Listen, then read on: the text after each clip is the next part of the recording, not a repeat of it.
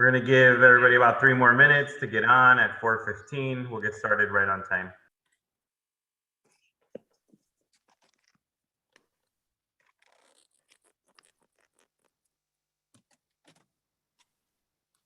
We're going to give everybody about 3 more minutes to get on at 4:15. We'll get started.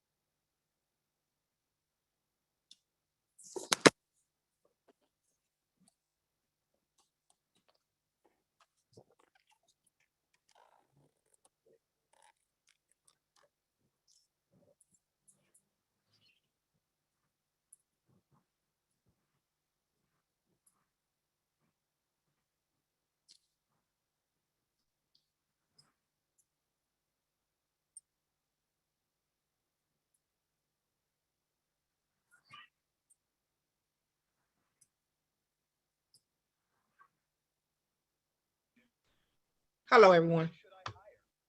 Which one of these should I try to work with?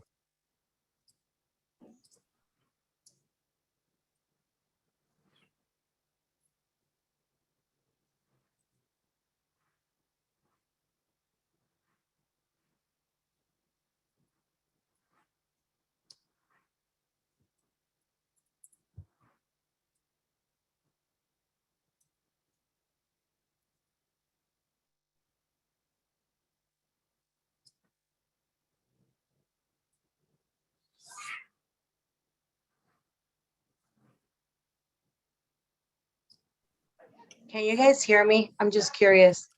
Yes, we can. Okay, I just making sure because it's a new computer. I'm like trying to play with it. We can hear you. We can see you. Oh, don't worry about seeing me. As long as you're smiling, we're okay to see you. It could be worse. Thank God. Always smile. Thank you. All right, it is 4:15, so we're going to go ahead and get started, ladies and gentlemen. Thank you for everybody who's here. I know some of you are on your way home and you guys are in your car, so please drive safely. I just wanted to make sure that we were having this open and honest communication with fourth quarter's reopening. So between myself and Ms. Collier, we're going to do our best to answer questions. We're going to do our best to take suggestions and statements as well. So we'll go ahead and get started. So our priorities at the moment have not changed, right? Our priority right now is really to ensure that we are reducing the risk of COVID-19 as much as possible with a safe reopening with students in the building. With that said, our instructional priorities when kids are in person are to ensure that we are reducing screen time. We're also giving opportunities for movement and that we're creating time for increased outdoor play, weather permitting. So with that said, we have some important dates that we really need to think about, right? We have important dates coming up. On Monday, we have students returning for in-person learning, which are Monday, Tuesday, Thursday, Friday. On April 21st, we will have parent-teacher conferences from 11 a.m. until 6 p.m. And that is dependent on your schedule. Some of you may start at 10:30 and go to 6:15. Others may start at 11 and go to 6:30 ESPs. On April 21st, also at 5 p.m., we have an 8th grade parent meeting. And then on April 22nd through May 28th, we start IAR testing. And I know I have heard from many of you is creating some anxiety for you that we are testing. I understand that because it is creating the same anxiety for me, Ms. Collier, and our test coordinators who are in the building who are helping to get these tests organized. And then we have on April 22nd through June 11th, access testing. And then somewhere in between there, we also have the Illinois Science Assessment that 5th grade and 8th grade will be taking. So with that said, our Yates Q4 hybrid model, because of the number of students that we have, and we'll go into that a little bit more, we're going to be coming to school with students 4 days a week. Teachers will be in the building 5 days a week. You cannot work remotely unless you have an accommodation that is registered with the CPS ADA office. So Wednesdays, teachers will begin working in person on Wednesdays during the Q4. That starts next week. Wednesdays from 3 to 4 will be deal and deer time. You'll get more information on what that is on Friday morning. Just know that between 3 and 4 o'clock, we will be doing leadership, which is our leader and me, and independent reading. Every student will be remote or in person, or every student on Wednesday will be remote, and they should have a book that they are reading for independent reading. And again, we'll have more information on that on Friday. So working remotely, I need for everybody to understand. Ms. Collier, I'm gonna let you chime in here. Mr. Perez, my kid is sick at home. But I can work. Can I work remotely, please? No, you cannot. Okay, well, I was feeling a little bit sick, but I think I could eke out remote working. Can I work from home? No, you cannot. Okay, look, I have a doctor's appointment. It's at 9 a.m., Mr. Perez. I could be done by 10. Why not just work from home? No, you cannot. Is there ever a way I can work from home, Mr. Perez? The only way you can work from home is if you have a documented CPS accommodation. Teachers and staff, you need to use your benefit time if you are sick. If you are taking a personal business day, then you need to go ahead and submit your personal business day in accordance with the procedure that is in the Yates Employee Handbook, which is in the Google Drive. If you need that, I can send it to you. When you submit your sick time, you need to make sure that if it is before 7 a.m., you input your absence into ASOP. Make sure to say in person. You email your lesson plans for the substitute to Ms. Collier and Mr. Perez, not Mrs. Perez, Mr. Perez. And then enter it into Timekeeper before Tuesday at 12 p.m. Try your best to enter absences as far in advance as possible because this helps with getting subs. We are currently looking for a cadre. We have 3 positions for cadres. If you know anybody that has a bachelor's degree and is looking for a job, a cadre job is a really good job to have because it's a full-time job with benefits and it's in the school. So that person is our permanent substitute who really helps out with covering classes when teachers are out or when teachers are in need. I can't stress enough. Please make sure that again, before 7 a.m., you follow this procedure. After 7 a.m., you can call Ms. Collier or myself on our cell phones. Please don't call us before 7 a.m. It is very difficult for us to do so. Ms. Collier and I have received calls sometimes at 4 and 5 in the morning. We are sleeping. So you may not you'll get our answering machine, but I'm just letting you know it's easier if you just put that in if it's before 7. After 7, we would like for you to call us to report your absence. This is what sick days, appropriate time for sick days, right? So sick days could be used for your own personal illness and to attend to an employee's medical needs, like an annual physical or a routine medical appointment. Sick days can be used for illness in the employee's immediate family who live within their household. And your illness means an illness, injury, or medical appointment. Sick time cannot be used for vacation or personal business. A medical note or certification of illness may be required where absenteeism exceeds 3 consecutive days or at any time when there's an unusual pattern of sick day use or there is suspected fraud. 3 consecutive days can include leading up to a weekend or ending in a weekend. For example, we have had people try to take sick days 2 days before spring break.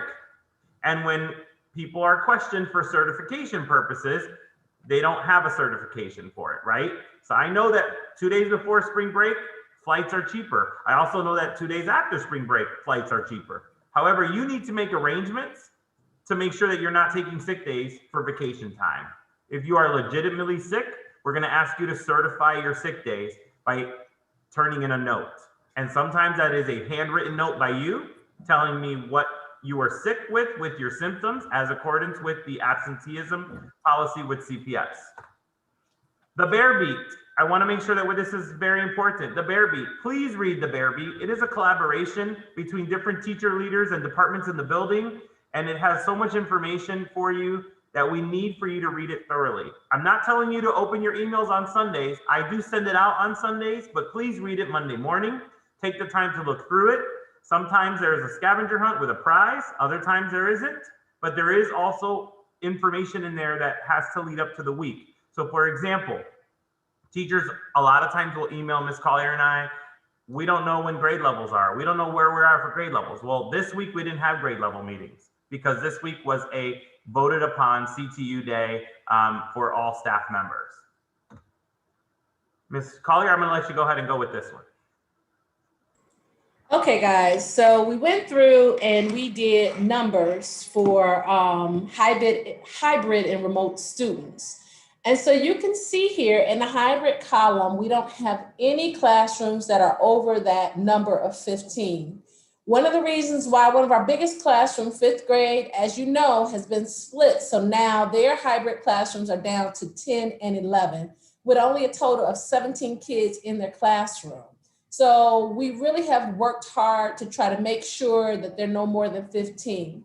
So we have a total of 175 students who have signed up for hybrid learning and 144 who are just remote learning. But what we found from the first wave that came in is a lot more students stayed home than signed up. So we had around about 100 plus kids sign up for what they call wave 2, which is when the kids came back earlier in February. And we had maybe 85, 90 kids show up consistently. So it tended to be smaller. Now that doesn't mean that that's what's gonna happen next time, but that was the trend from the first time. So just keep that in mind. And then just the little stars for 7th grade, we moved some kids around to condense a classroom. We're gonna move them back because, and I need to work with my 7th, 8th grade team because now more kids are coming in. So now we can have both classrooms open. So if you have any questions about numbers, these numbers really shouldn't change. The district has allowed for us for some movement, especially in diverse learning classrooms, but these are pretty set for Monday. Thank you, Ms. Collier. So in the building, we need to make sure we reiterate, we need to wear our masks in the building over our noses. I know we're accustomed to wearing them, but we have seen some staff members who are wearing it below their nose. We need to make sure it is covering your nose. Please make sure that you do not crowd in the hallway. Some of you have already heard from me. I need you to move away. I need you to step aside. We do not need to crowd around the security desk. We've been seeing that a lot, and we've also been seeing some crowding in the hallways. If you are talking, that is okay, but please make sure you're remaining that distance that needs to happen. Be sure to reinforce that your students stay at least 6 feet apart. Do the best that you can to do that, right? We call that the arms, right? Arms length away, making sure that they're in between, as there's space in between them as they're walking through the hallways. Here's the deadlines for teachers and staff, right? So I want to make sure that we know this. We have a parent meeting scheduled for tomorrow at 5:30 p.m. We have an 8th grade meeting on next week at 5 o'clock.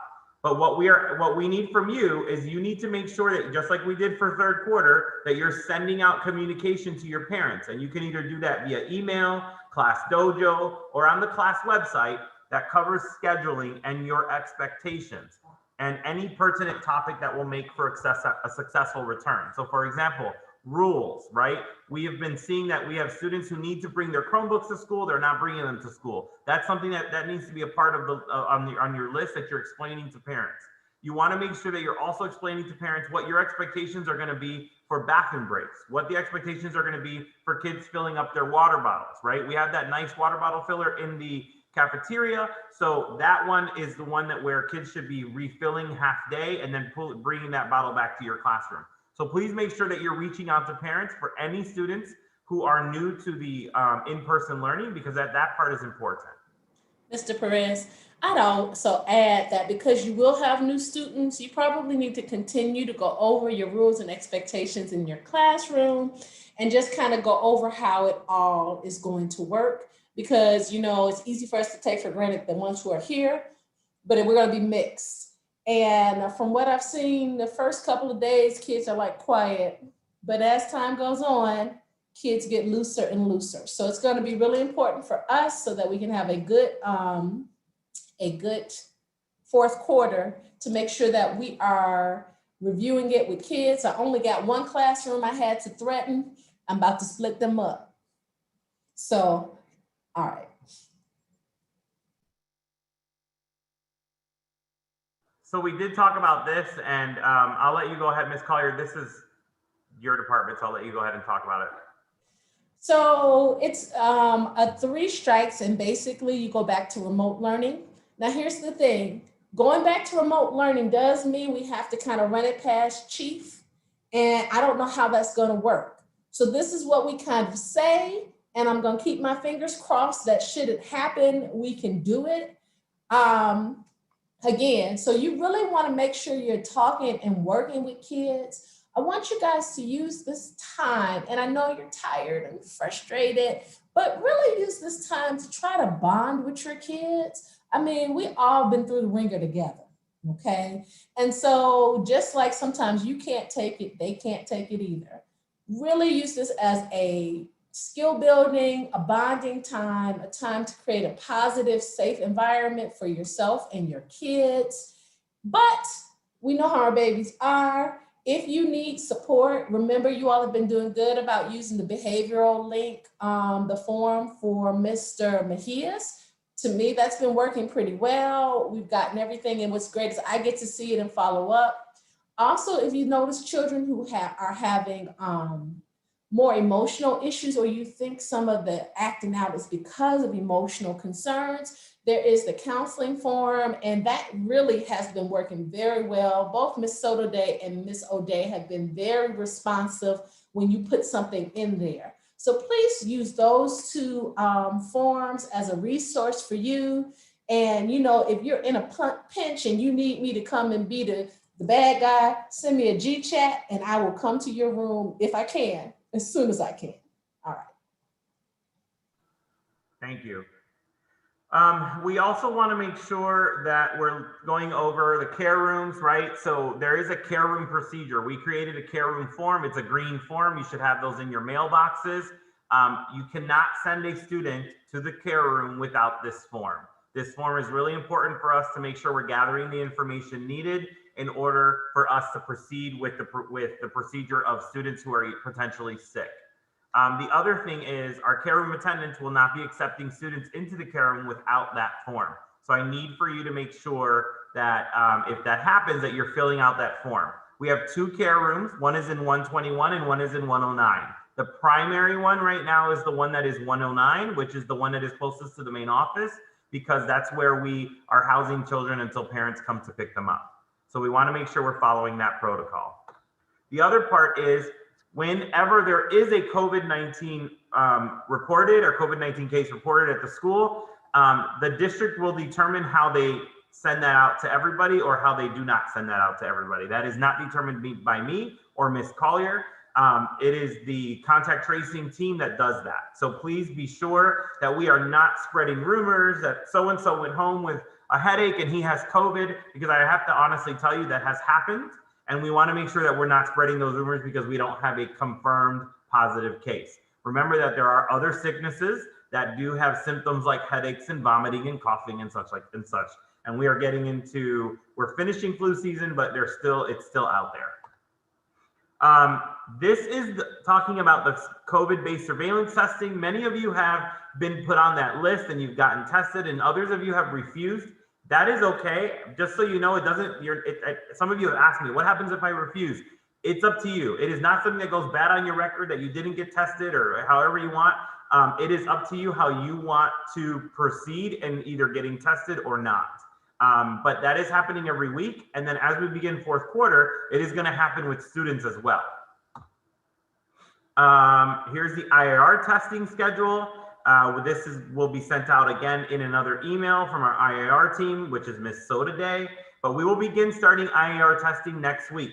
And so next week is very important that we are in a testing mode. That means that during testing time, it is limited movement in the building. We are quiet and we are going through until testing time is over.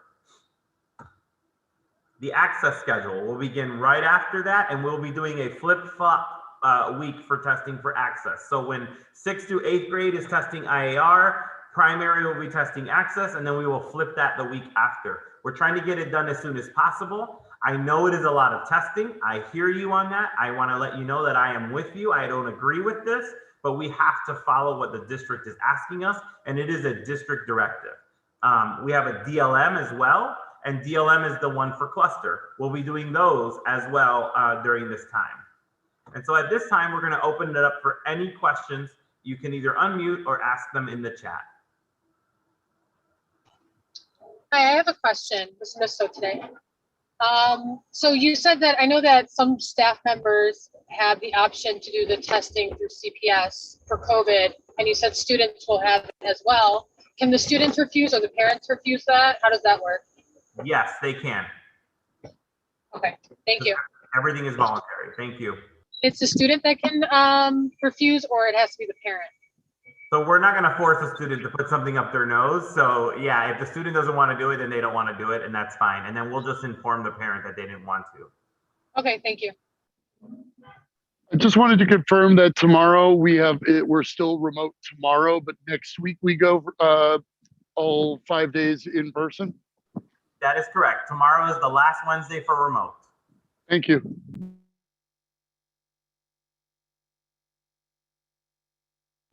Are there any other questions?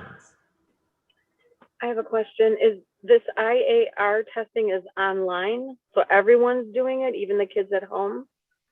No, so it is not. So it is there. It is computer based, and there is a paper and pencil. But no, if they're at home, they're not doing it at home. They're doing it here at the school, and we're making appointments to bring students in to complete the test after we test those who are here in the building. But they won't be included in your pods.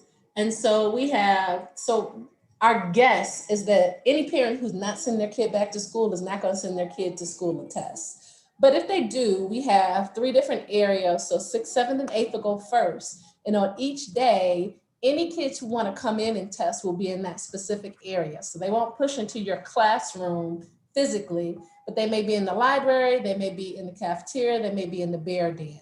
My guess is that we're not going to have too many people take us up on that. However, we are planning if we have a few. This is Ms. So today again. I just wanted to add for IAR that I'm going to come around to the 3rd through 8th grade classrooms next week to ensure that you guys can access the Pearson website and that there are no issues leading up to when we start testing on Thursday. Awesome. So then the teachers will have to give the students at home some asynchronous work. Is that correct? Yes, that is correct.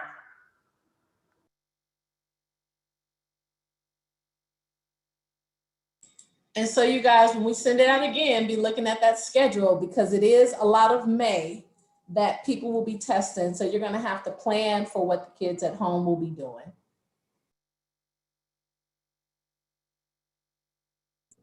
I've got a question, and it's in regards to the new schedule, if I may. Because I know we're launching it this week, but there was a hiccup with today with who was supposed to go where. So I just wanted to just make sure that everybody's on the same page of who's gonna go where, essentially. So we will be running that new schedule for exploratory starting tomorrow. So everybody, I sent that out to you again. If you need it, I can send it to you again. Just send me an email tonight, but we will be doing it. That means you will not have digital learning any further. From now on in, that's gone. We have been blessed enough to be able to condense that exploratory schedule and keep you whole, like nobody's losing anything, everybody's covered. It actually worked out really, really well. So everybody plan for tomorrow to work on that schedule.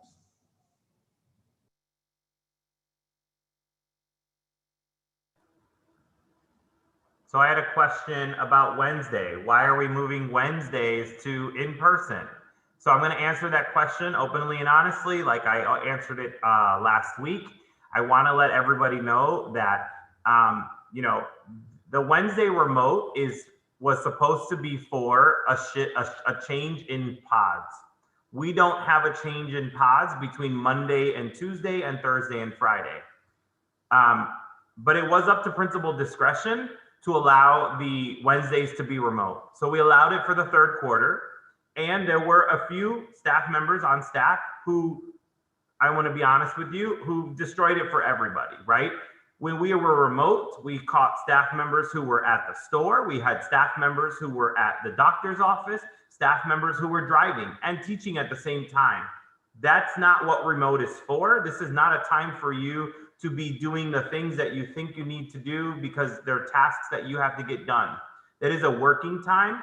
And so with that said, we are going to be in the building 5 days a week, starting fourth quarter. I understand that it is not all of you. However, I cannot make a policy for a few of you and then have a policy for the other few of you, because that is, it's considered discriminatory. So the policy is for everybody. It is at my discretion. I'm saying that we will not be remote coming fourth quarter and going through on. Any questions on that? Is that the same with the SEIU people? Or do they have a different agreement? So SEIU, so their agreement is based off of accommodations. And as long as they have an accommodation, they are able to be remote. If they don't have students in the building, they're also able to be remote. That is up to that is the agreement they made with CPS, and that's the agreement that's being honored. So that's the agreement we are continuing with. And as far as with the deep cleaning, is that still going to be something squeezed into Wednesdays, or is that changing? So deep cleaning, and so like that's kind of the other thing. Like, thank you for asking that question, because deep cleaning, for those of you, I want you guys to understand what deep cleaning is. Deep cleaning just means that we are wiping down surfaces, we are wiping down everything that people touch. And then it's in addition to mopping and sweeping, which should be happening every night. Now, I know that there was an issue with mopping and sweeping not happening every night. I had a meeting with the Aramark supervisor for our school, and he has assured me that it will be happening every night, and that if it is not happening every night, it is to be reported to me. He has also agreed to be a part of our safety committee and come to our safety committee meetings from now on, so that our safety committee chairs can also ask questions directly to him. His name is Jack Corbett, and I could give all of you his email so that you have that, but just wanted to make sure that deep cleaning is really just this, it's a piece of extra sanitizing of everything that is touched. So in this case, because we have the same pods, then deep cleaning is not necessarily happening or need to happen, but it will be happening now at least once a week. I did confirm that with him. So for some of you, it may happen on Tuesdays, and some of you, it may happen on Wednesdays, and others, it may happen on Thursdays. And so remember, I always say it's not like if you have the Merry Maids come to your house and you come back and it's shining and all of that kind of stuff. That's not what deep cleaning is. It really is disinfecting using those chemicals to disinfect your class.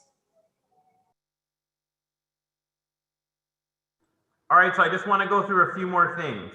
Dismissal time. Teachers need to make sure that they are walking their students down out to the doors. We are seeing a lot of students who are walking by themselves in our gen ed classrooms. We need to make sure that they are outside. You are walking your kids out the building.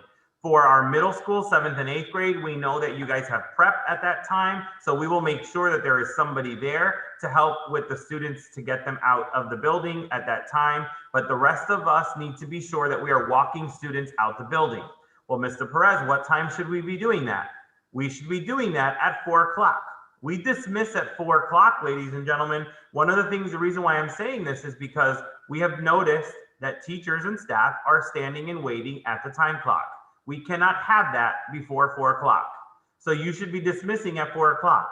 In other words, your schedule should look something like at 3:58, you're beginning to pack up. By 4 o'clock, All of your students are standing up, they're ready to go, and their chairs are up, or they are tucked in under their desks. Then you exit them, walk them out their door, make sure they all walk out the door, and then once they walk out the door, you head to the time clock and clock out. I know that that may take so that you're out of the building by 4:01, because some of you are on the way other side of the building, and sometimes it takes you 1 or 2 minutes to walk towards the time clock.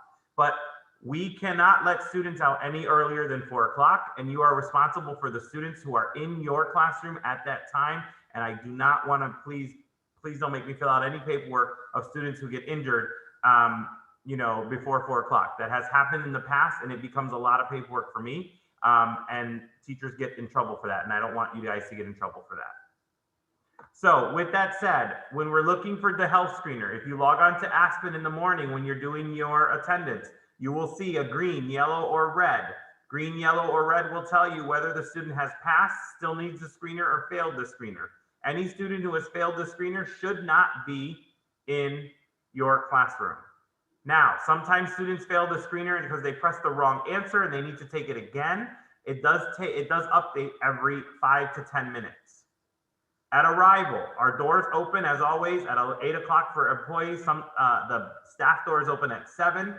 Please don't let students in. We did find this morning that Francisco door is sticking. Please make sure that you are pulling that Francisco door behind you if you are coming in through that door. I know that there is a bigger parking lot on that side, so please make sure that if you're coming into Francisco that you pull that door closed behind you. Students should not be inside the building anytime before 9 o'clock.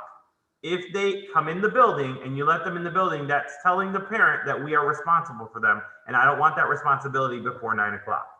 We do have morning programs starting next week as well. We have open gym starting on Mondays and Fridays at 8 o'clock. So those students will meet at the front door, and then that person who is doing that program will let them in. We do have after school programming happening as well. For any of you who are interested in earning some extra money, please make sure you reach out to Mr. Juan Soto. He will fill you in on what is still available. We'll continue to do breakfast, and we'll continue to do our temperature checks. These are the arrival and dismissal posts for those folks. Please make sure you are there at arrival. You should be there by 9 o'clock. All ESPs should be there at their stations by 8:45. Face coverings, we already talked about that, so we're not going to really go into it. We have a lot of face coverings in the building, so if you have any students who need one, please be sure that you let them come to the office. We will get them one. We're using this. Be safe with MAC. Wear a mask. Use airplane arms. Clean your hands often. And practice the 3 W's, right? Wear your mask, wash your hands, and watch your distance.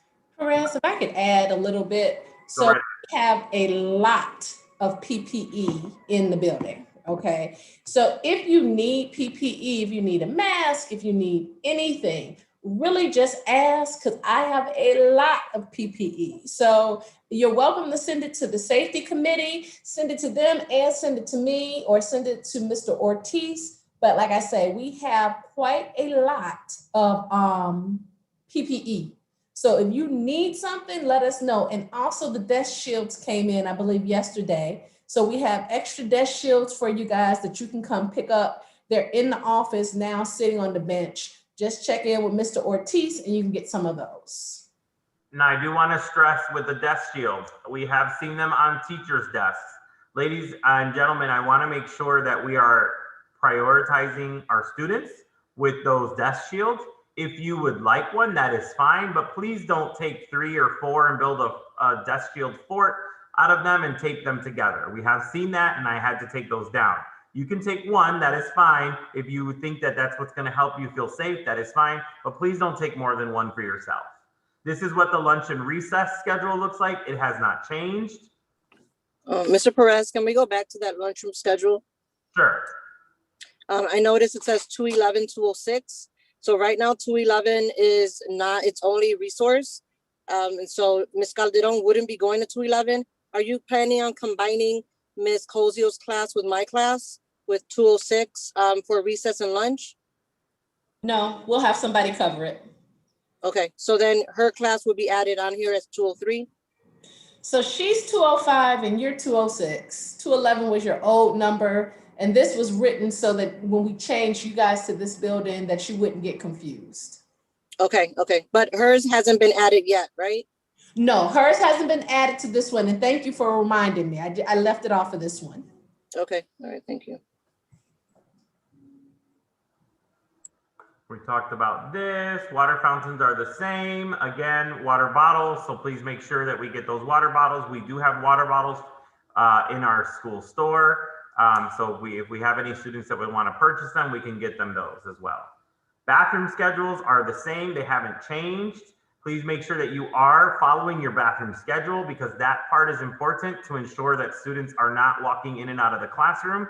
We have seen students having to use the bathroom independently. I understand that that happens. However, we need to make sure that we're doing our best to train our students and ourselves how to use the bathroom when we need to go during this time. Those are it. And here's the dismissal, right? So dismissal, pre-K goes through the playground doors, K-1 and 1-2 split through the playground doors.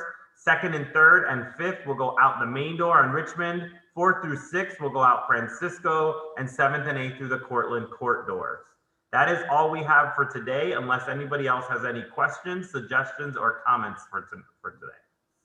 Well, Mr. Perez, I just wanted to reiterate that I did receive the data from the teachers who wanted Wednesday to remain remote. I want to share with them that I did share that information with you, and that your decision was for us to return remote by next week. So I don't want them to think that, the safety committee, it's just another committee, whatever, but continue to let me know of things that you see that could be changed, and we will continue to share that information with Mr. Perez. Thank you for that, Ms. Yanis. Any other questions at this time? You can either write them in the chat or you can unmute. Is the school store open? The school store is not open for students. It can be. We should talk about that. We have more students in the building. We should think about that. Because they've, earned a lot of dojo points. Some of them. But I know they'd like to cash in. If you would like to make an appointment, just reach out to me for an appointment and we will open up the store for you. Okay? And that goes for everybody. Your kids have points who are here. Just let me know. I'll open it up for you guys.